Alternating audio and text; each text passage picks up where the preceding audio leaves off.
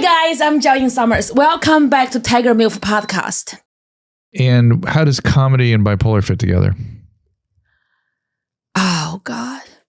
I felt like it was my security blanket. Did the buying the club or changing It's all bipolar. That was in a manic state. Oh yeah. Yeah. I think I decided I started doing comedy. I was standing outside the comedy store, and I was looking at the comedy store, and I was looking here in Hollywood, or yes, in West Hollywood. It was 2019 probably November. And your husband left when? After my first baby, when I was pregnant, we decided to separate. So Were you that was fighting? 2020. It was a lot of mental abuse, a lot of was he drinking? verbal abuse.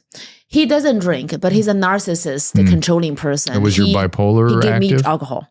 I told him I need to be sober.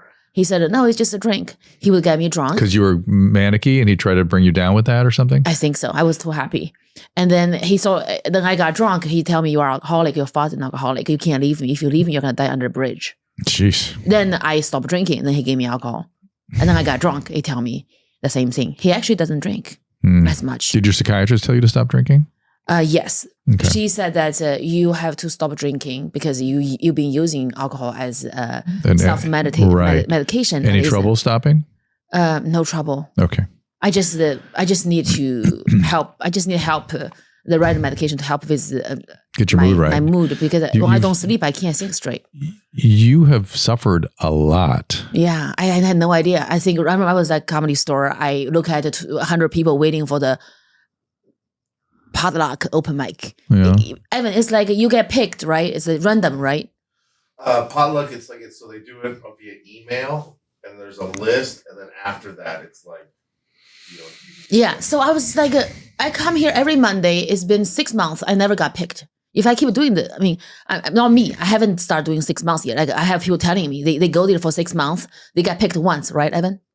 Yeah, usually, yeah. And One in 6 months. Yeah. Yeah, you don't get up a lot. No. I'm like, that is That's not insane. gonna work. No. So I went on my phone. I started going to Zillow. And I said, let me find a place. I need to go to buy a place so I can do that. Then I found out this place was for rent.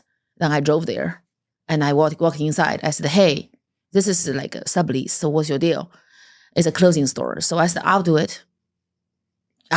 She goes, are you sure? I said, yeah. What do you want? Do you want to sell clothes? No, I'm doing a comedy club. She goes, can you do it? I said, don't worry. Just give me the lease. That's what happened. And then next week I called this construction guy who was been renovating my apartment in WeHo. I said, hey, can you make a comedy stage? He goes, okay, pay me cash. So I said, okay.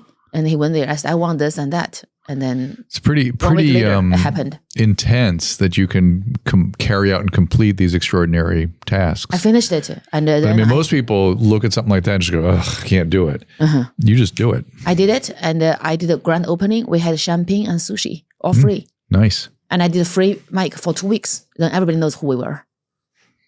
Free stand open free open mic for 2 weeks. Because it's a new place. Nobody knows. So I give flyers all over. I went out, give flyers to the Improv, the Comedy Store, the Laugh Factory open mics. People were like, you really bought a place in a month? I said, 2 weeks. They're like, are you sure that's like where? Is that like a little pop-up? I'm like, no, it's not pop-up. My name's on the lease. It's mine. There's a marquee. There's a huge sign. Are you proud of yourself for that? No. Why not? I was just crazy, and I just want a stage. I don't feel proud. That's a problem. I can't feel being crazy, and I don't think. First of all, maybe we shouldn't use that term, because you may have been a little high, but you were not disconnected. You were doing something on your own. You were on your own behalf. You were doing this thing, and it was sort of extraordinary, and you completed it and pulled it off, and it paid dividends, right? Yeah. Yeah. Why not feel proud of that? I have a hard time feeling sense of pride in anything. In anything, actually. Also, if somebody likes me, somebody treat me nicely. Must be something wrong with them. I feel like they deserve better. If they like you, there must be something wrong with them. I'm like, you don't need to do this. This for is Groucho not, Marx, right? that's Do also, you know Groucho Marx' famous saying that I would never want to be a club that would have, I would never want to be a member of a club that would have me as a member. yeah. That's that same feeling.